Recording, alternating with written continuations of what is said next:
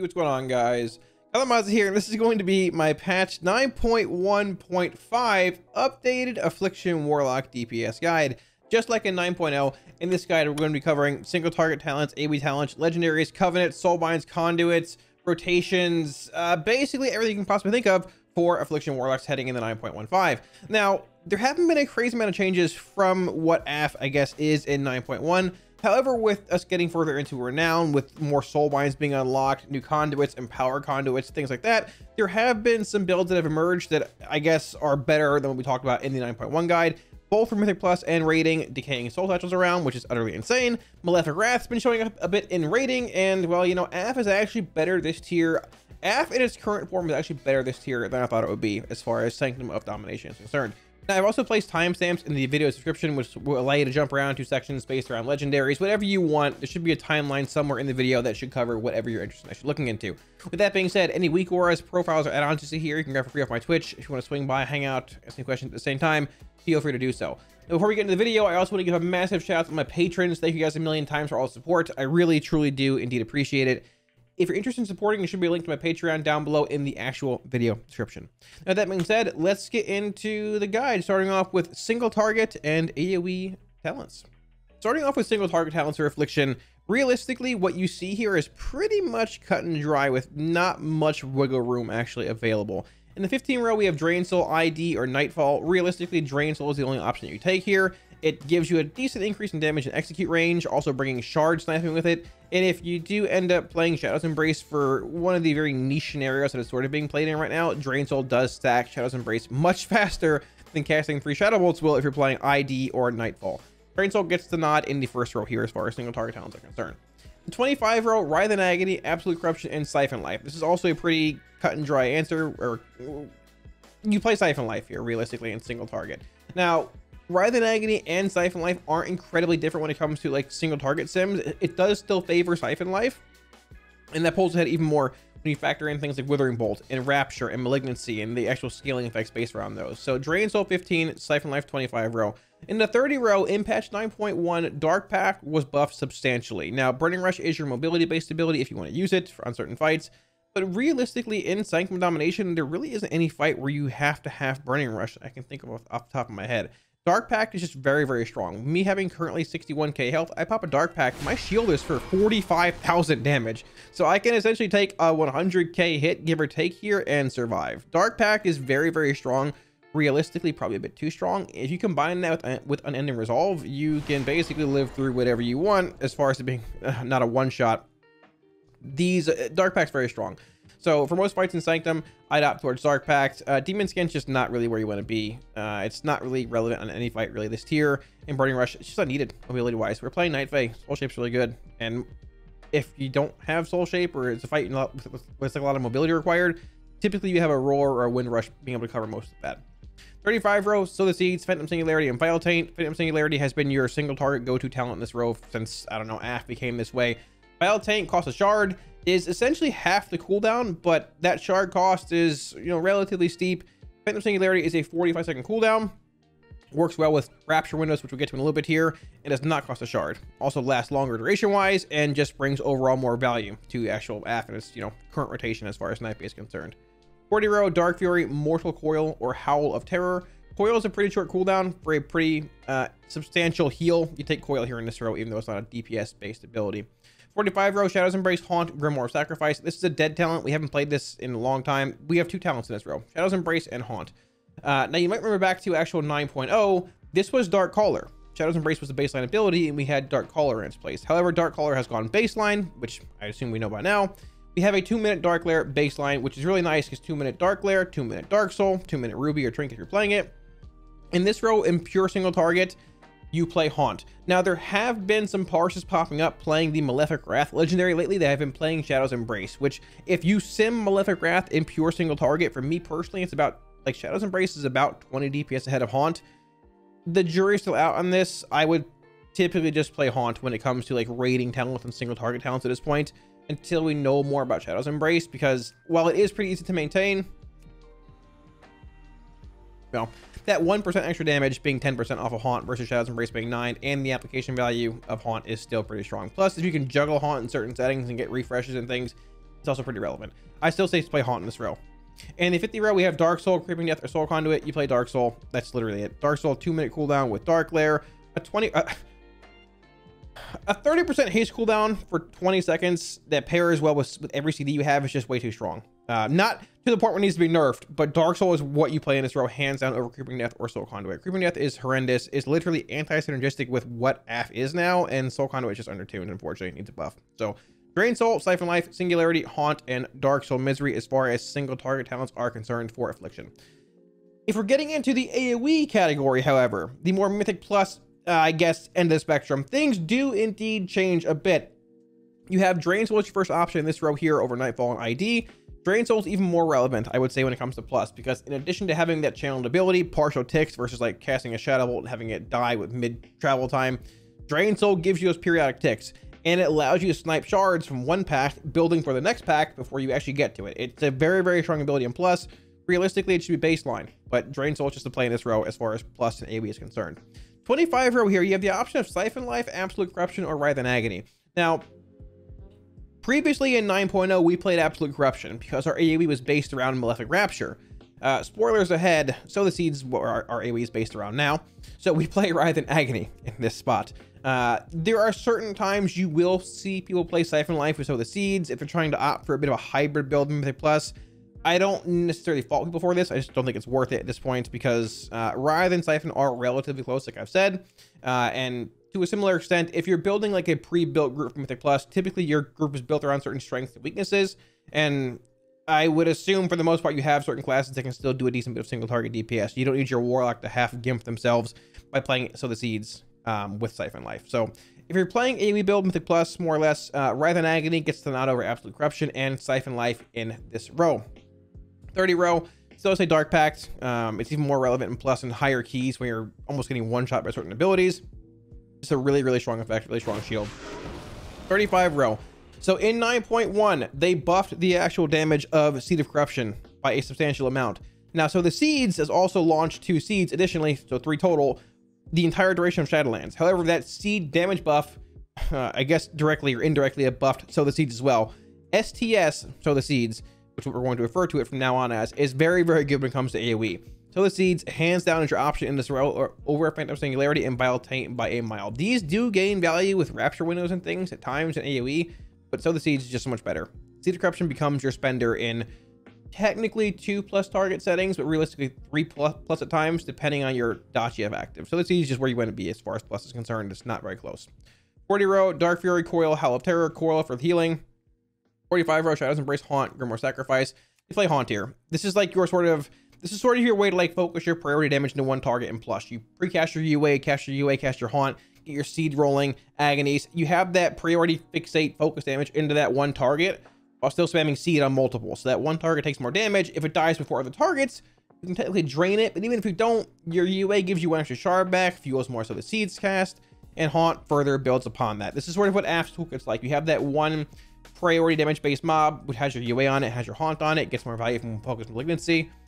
It just goes very well and works really synergistically to well, I guess, together.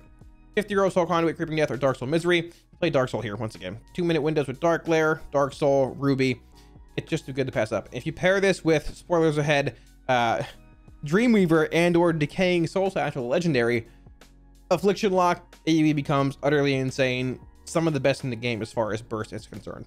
With that being said, let's talk actually a bit about those legendaries. So when it comes to legendaries for Affliction Warlock in 9.1, realistically, there are only 2 that are really seeing any amount of play. Number 1 overall is going to be Decaying Soul Satchel, which is the Night Fae Covenant legendary. Each target affected by your Soul Rot increases your haste and critical strike chance by 5% for 8 seconds. So the crit is additive, which means, okay, if it hits 3 targets, I'm going to get 15% bonus crit. And if I get another crit effect, it's going to, like, another 15%, it's going to equal 30%, right? So 15 plus 15 plus whatever I have basically here being what, 44%, correct? But if I get a haste effect, the haste is multiplicative. So if you stack this effect with Bloodlust, with Power Infusion, with Dreamweaver's Field of Blossoms, for example, the haste levels you get to are utterly insane. Now, this legendary is played both in Sanctum of Domination on a lot of fights like Remnant of Verzul, Soul Render, Painsmith, for example, at times, the 9, partially because it has a very strong AoE profile, like I mentioned with Sow the Seeds, and also partially just because it can bring a good bit of funnel damage too. For example, on Remnant of Ner'zhul, when the orbs spawn, you'll dot them up, you'll cast your Soul Satchel, your Soul Rot, you get the effect up, but you still have that Haunt and that UA and that actual Withering Bolt relevancy on that one target being the boss, and that huge haste and crit amp. While you are doing damage to those orbs, you're funneling all that bonus haste and crit into your main target that has Haunt and UA on it. So this legendary is very, very abusable in the right setting, which is why AF has gained a lot of ground in the raid compared to where people thought it would be. Even when it comes to Mythic Plus, if you're running in a group and the tank just runs in, you can pre-cast your seed, pop my Ruby, pop my Dark Soul, roll a few agonies here, just briefly, even roll my UA, my Haunt, why not? Pop my Soul Rot, hit my Dark Lair, and just spam seed and watch your damage fly. I'm at 124% haste right now, and then you're just zooming. You're just casting a million seeds, you're flying. This is without PI. This is without Lust. We're at 30k and 3 targets. AF has an exceptionally strong AoE profile with Decaying Soul Satchel, and honestly, not a very a pretty good funnel profile as well, as far as AF is concerned there too. Now, the other legendary of relevance for AF in 9.1 is actually Malefic Wrath, in my opinion. Malefic Rapture increases the damage of your Drain Soul by 35% for 10 seconds, stacking up to 3 times. So if you enjoy maintenance buffs, hey, Malefic Wrath is the legendary for you. If it's not, if you don't, well, unfortunately, it's probably still the best single target legendary that we actually have access to. Now, you really only see this legendary played on fights like Terragru, like guarding the first ones. You see it a little bit on Eye of the Jailer, but realistically only on patchwork fights. It's a very punishing legendary if the effect actually falls, because you're not juggling a million soul shards. Typically, you're maintaining 1 or 2 and just rapturing when you can to refresh the buff. We'll get into the rotation this a bit later on. I'll have a timestamp for it as well, but other ones like Wrath Consumption, Niche can be very good in certain settings, like Kel'Thuzad, for example, on Mythic. Certain weeks in Mythic Plus, Perpetual Agony is okay. Wilfred's not good. No, bad. This used to be good, but was changed in 9.1. And Demonic Synergy was the one we played in 9.0 a good bit.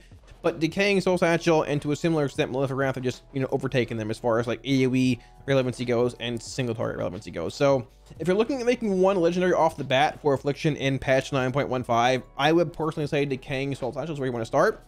If you're doing any kind of AoE Mythic Plus settings, any kind of AoE setting, Decaying Soul Satchel is where you want to be initially. Even in single target, it's still a pretty strong legendary. Number 1, Decaying Soul Satchel, and number 2, Malefic Wrath, as far as relevant legendaries are concerned for Affliction Warlock.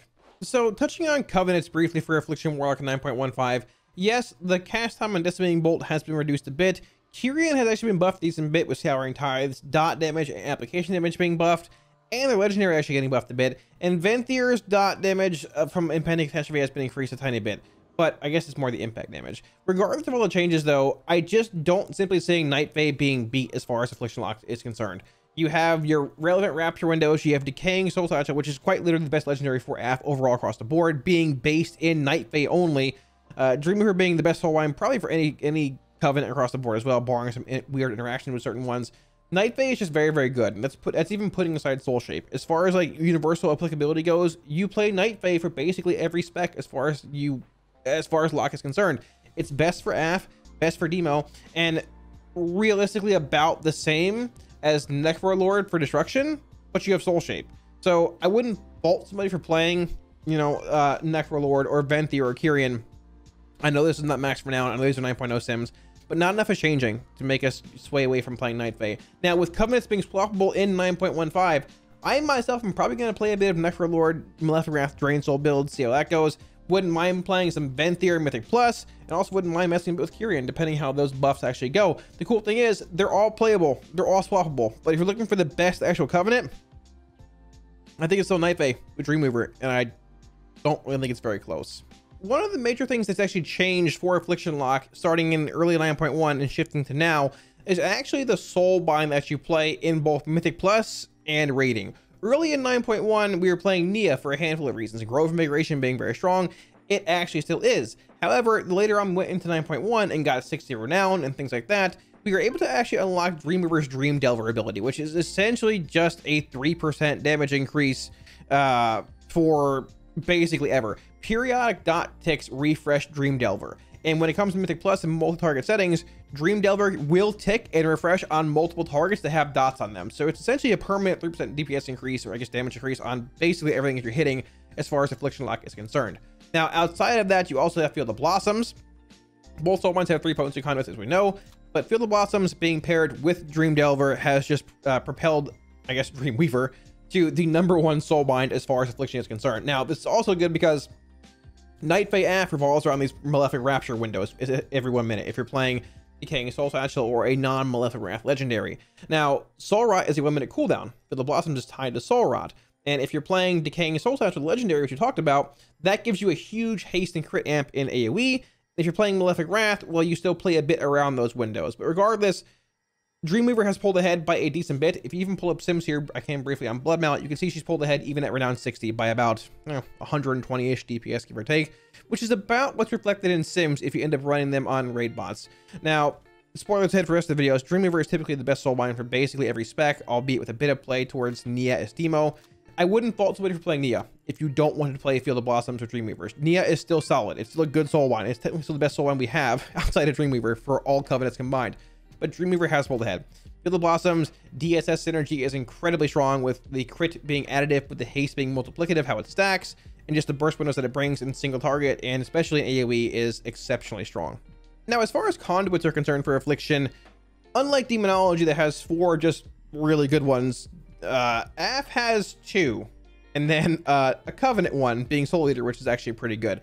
So starting off here, Corrupting Leer, Malignancy, Rolling Agony, and Withering Bolt. Now, Corrupting Leer, unfortunately, it's just not very strong. Agony and UA have a 4.6% chance to reduce the cooldown of Summon Dark Lair by 5 seconds. Now, this was played in certain niche settings, I guess at times, in 9.0, before we had a baseline 2-minute Dark Lair, when it was 3, and we had the Dark Caller talent. But Corrupting Leer has not been played in any setting since the release of 9.1, and I don't really expect it to be.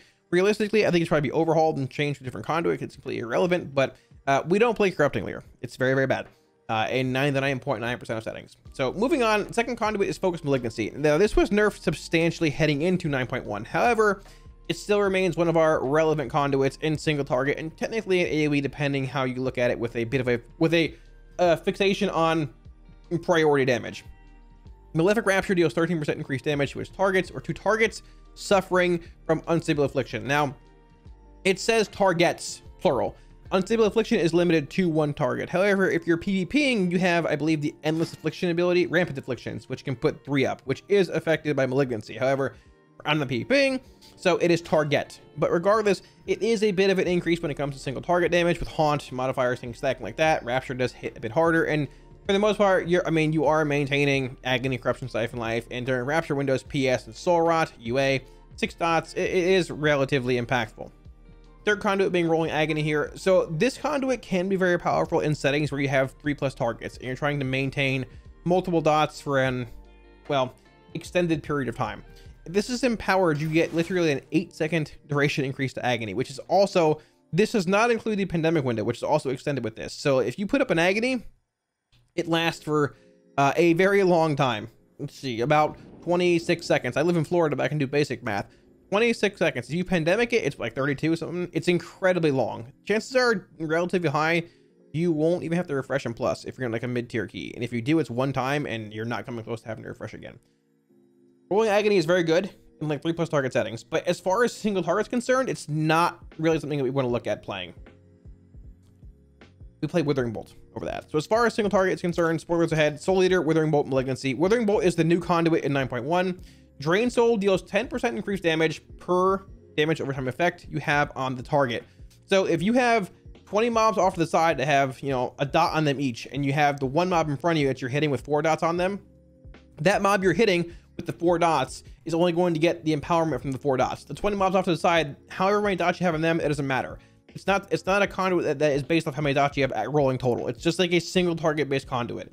But when you're looking at things like Malefic Wrath Legendary and, you know, other like Rapture, Haunt, UA, other like, you know, single target-esque damage based effects, Withering Bolt and how it interacts with those actually becomes pretty powerful. This is our strongest single target based conduit by a decent margin. So in single target, you end up playing Malignancy, Withering Bolt, and Soul Eater. If you want to empower a conduit in single target, number 1, I go Withering Bolt, realistically followed by probably Soul Eater, and then Malignancy, depending what you're doing, if you can get any kind of cleave here in single target-esque settings. The third conduit is Soul Eater. Soul Rot's damage is increased by 40%. It's solid, Not amazing, not terrible, but brings more single target relevancy than a dead conduit, and one that increases a dot's duration, which, as cool as it is to have, you know, basically a permanent agony, well, it doesn't really do a whole lot in single target. So single target, Malignancy, Withering Bolt, Soul Eater. If I'm rolling in the Mythic Plus, I am playing this. Rolling Agony, Withering Bolt, and Soul Eater. Now, you might wonder why you're not playing Malignancy over Withering Bolt here, because technically you probably get a little more value out of it on like a focus priority mob at times in a trash pack, for example. But Withering Bolt is just that much better in single target. And even though AF sort of is pretty bad when it comes to single target playing rather than Agony and Sow the Seeds, it's still better overall as far as like overall utility and plus is concerned. So Mythic Plus, Rolling Agony, or AoE. Mythic Plus, Rolling Agony, Withering Bolt, Soul Eater. Single target, Malignancy, Withering Bolt, and Soul Eater. Okay, so as far as Affliction single target rotation goes, while you're not playing Malefic Wrath the Legendary, I'm going to say again, while you're not playing Malefic Wrath. For example, I am playing Decaying Soul Satchel here. If you're playing something besides Malefic Wrath, this is the normal single target rotation that you will follow playing Night Fae Affliction Warlock. We have a separate section for Malefic Wrath later on in the video here, probably actually the next section. Skip ahead if you're playing that. Regardless, the opener in single target with non-Malefic Wrath is you'll precast your Haunt at 3 seconds before the boss is pulled. So precast Haunt into a precast Unstable Affliction, boss is pulled, pop Ruby, Agony, Corruption, Siphon Life, Phantom Singularity, Dark Soul now is very important, Soul Rot, and then Dark Lair. And then just spam Raptures. Rapture, Rapture, Rapture. You refresh your Haunt about now, and at this point you're basically just maintaining your dots, your Corruption, your Agony, your Siphon Life, your UA whenever they reach Pandemic, and you're just filling with Drain Soul, or I guess technically Shadow Bolt if you're playing something else, but realistically just Drain Soul. And it's basically it. Now you're going to have your Haunt falling periodically. Just refresh your Haunt. My pet's on passive again, but who cares? Doesn't matter. Refresh your Haunt when it falls. Corruption and Pandemic range, refresh there, and once again, just Drain Soul as your filler. Now you have your Phantom Singularity in about 10 seconds here, and your Soul Rot in about 27. You will hold your Phantom Singularity for your Soul Rot. You have these 1 minute burst windows as far as like AF single target non-Malefic Wrath is concerned. It might seem a bit awkward, but with the nature of Malefic Wrath and how you gain more per dot effect active when you're rapturing, it's worth it mathematically. It's worth it. Now you might have to rapture once or twice here to not overcap on shards at this point, but for the most part, we're coming up into a rapture window. I'll refresh UA here, refresh my Siphon Life a bit early. There's my Haunt, there's my Singularity, there's my Soul Rot, and look, my Dark Lair has a minute left on it. So basically at the 1 minute mark, we're going again. Phantom Singularity, Soul Rot, dump your Raptures, refresh your dots here, and you're just maintaining once again. But this time, a minute from now, you're going to have your Dark Lair and your Soul Rot. So in addition, popping your Soul Rot and your Singularity, you'll pop your PS and your Dark Lair. That's it. 2 minute big CD windows. Every minute in between, you have your Soul Rot and your PS. Now, as mentioned, if you are playing Malefic Wrath, the Legendary, the rotation actually does change from the 1 minute Soul Rot, Phantom Singularity cycling we just saw. If you are playing Malefic Wrath, you still have your 1 minute Rapture windows, but in between most of them, you're maintaining your Malefic Rapture buff by Malefic Wrath until you have about 20-ish seconds left, 15-ish on your Soul Rot, because you want to let the buff drop, build the 3 shards, then dump 3 to 4 Raptures in that window, refresh the buff, and maintain again. Now, it's a much simpler than it seems. Let me just show you. It's a similar opener. Precast your Haunt when there's like 3 seconds for the boss pulls. Precast Haunt, Unstable Affliction, Agony on pull, Ruby, Corruption, Siphon Life, Singularity, Dark Soul, Soul Rot, Pot if you want, Dark Lair. Rapture 3 times. 1, a weak wars for here. 3. There's your 3 stack, and you drain. Drain Soul is a much larger portion of your damage with this actual profile. Now you want to Rapture to maintain here and drain when your dots are up, because once again, Withering Bolt gives it even further, like even more of a contribution here as far as like Drain Soul damage is concerned in this window, because you have 6-7 dots up. And basically at this point, you just fill with your Drain, refresh your Haunts, maintain your Raptures, don't let the buff fall until you're sitting at about 20-ish seconds remaining here, give or take, based off of shards. Realistically, what you want is to go back into your next Rapture window in 25 seconds with 3 shards to restack the buff, then maintain again. Maintain again for the next 40-ish seconds, and then you let it drop, restack the 3, and really just go from there. I'll refresh my Siphon Life here. I'll Rapture 1 more time to refresh here, and I'm going to let it drop. I'll keep refreshing dots, refresh my Agony here, drain a bit more, refresh my Corruption and Pandemic range, refresh Haunt here, refresh my UA, refresh my Siphon Life, and there we go. Phantom Singularity, Soul Rot, Rapture 3 times, 1 stack, 2 stack, 3 stack. You drain here. Here's my other shard to refresh again. You want to play it sort of close to the chest as well, because you're sort of getting, I'm getting close to dropping shards here. So I want to make sure I rapture later on, refresh again there, and it's literally the same cycle over. You just refresh before it falls, like 2-second-ish rains, give or take. Once again, catch it right here.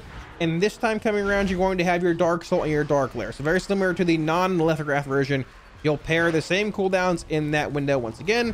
And honestly, you can see this dummy is dead, to be fair. I've hit it for a good bit here, but your execute damage is actually very, very strong with this build. You have Dark Soul coming around at about 18 here, give or take. I'll refresh my UA, refresh my Siphon, my actual Agony. I'll actually refresh the buff one more time. Drain a bit, catch my Haunt here, and we're gonna let this drop. We want to get to at least 3 shards here for this window coming in. Ruby's up now. Drain a bit more, buff drops. Here comes the Siphon Life, refresh Siphon Life, refresh the actual UA, refresh the Agony. Here comes the Corruption about now. Pop the Ruby, Singularity, Dark Soul, Soul Rot, catch the Haunt, why not, and then Dark Lair.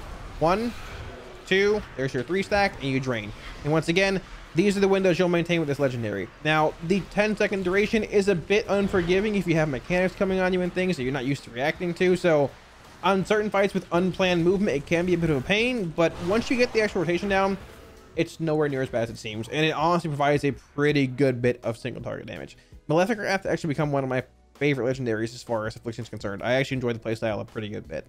Okay, so for the Sow the Seeds, rather than Agony, Decaying Soul, the actual opener for Affliction Warlock, the actual opener is nowhere near as convoluted or complicated as it may seem, as people make it out to be. Realistically, and plus, if your tank is running into a pack, you want to try and precast your Seed of Corruption with Sow the Seeds, and then try and precast the UA on a target if you can when the mob is essentially pulled. The opener is very simple. So precast Seed of Corruption, tank is running in. If I can, precast UA, tank pulls, pop Ruby, pop Dark Soul, spread a couple Agonies, 1, 2, 3, 4. I can haunt this target if I want, put up my Soul Rot, pop my Dark Lair, and just spam Seed. My pet's on passive, but it doesn't even matter because I'm at 134% haste, 50% crit, and 62% mastery. I'm at 40k DPS. This is basically it. You just do that, and if you don't have, let's say, your Dark Soul, your Dark Lair, but you have Soul Rot, you just forego the Dark Soul and the Dark Lair and put up your Soul Rot, because Soul Rot is a 1-minute cooldown, but your actual Dark Soul and Dark Lair are 2 minutes. And realistically, you're playing, you just maintain with Seed. Seed is your Soul Shard spender in 3+ targets. Now, technically, there is a bit of, I guess, a mixed, like, muddy water kind of thing. If you have either your Soul Rot or Siphon Life active in a 2-target setting, technically, it is still better, from what I've seen, to cast Malefic Rapture in a 2-target setting over Sow the Seeds. If you have Siphon Life, which you're not really playing in Plus, or Soul Rot active on those targets, but realistically, most of the time in Plus, you're either encountering a single target mob, like a boss, or 3-4+ targets. Sow the Seeds is incredibly strong, and when you have your Soul Rot window basically every minute, I can just pop this half being set up here, and just you're able to spam Seed, you bring a very, very, very strong AoE profile on a pretty short cooldown. Now, you do lack a lot of single target damage when it comes to this build. Once again, it's huge AoE. What's not to love? Thanks for watching, guys. I think that pretty much covers basically everything as far as AF is concerned in 9.15. Legendaries, Covenants, Soulbinds, Conduits, single target talents, AoE talents, rotations. I think that's pretty much actually it. Now, like I said, Affliction's not getting a crazy amount of changes heading into 9.15, but things have changed a bit Soulbind-wise, legendary-wise, rotation-wise from the start of 9.1. And honestly, AF has gained some value this patch. It's actually better than I think probably everybody thought it would be in the raid, and probably better in Plus too. Okay, let's be real here. I knew it was going to be good, right? 100% in Plus, but nobody believed me. Okay. Yeah, putting that aside. Anyways, thanks for watching, guys. If you have any questions, feel free to drop them down in the comment section below. I will be sure to get back to you. Once again, if you like any weak auras, profiles, or add-ons you've seen here, they're all indeed available to you guys for free on my Twitch. If you want to swing by, hang out, ask any questions anytime, feel free to do so. I also want to give one more massive shout out to my patrons. Once again, thank you guys a million times for all the support. I really, truly do indeed appreciate it. If you're interested in supporting on Patreon, there should be a link somewhere up here and in the actual video description down below. Now, in addition to this guide coming out, the 9.1 Destro and Demo guide should be coming out tomorrow night and the night after. The goal is to have the final guide up Monday night before the patch actually comes out, and then I'll be streaming, hey, Tuesday when the patch actually does. So if you want to swing by and, I don't know, watch a little bit of 9.15 action, feel free to do so. Fingers crossed for last minute Monday night class tuning, but I think it's a bit too late. Either way, thanks a million times for watching, guys. If you're new to the channel and enjoyed it, be sure to smash the subscribe button below. Helps out a lot and get notifications when I put up more videos. And yeah, I'll catch you guys all again soon on stream. Peace.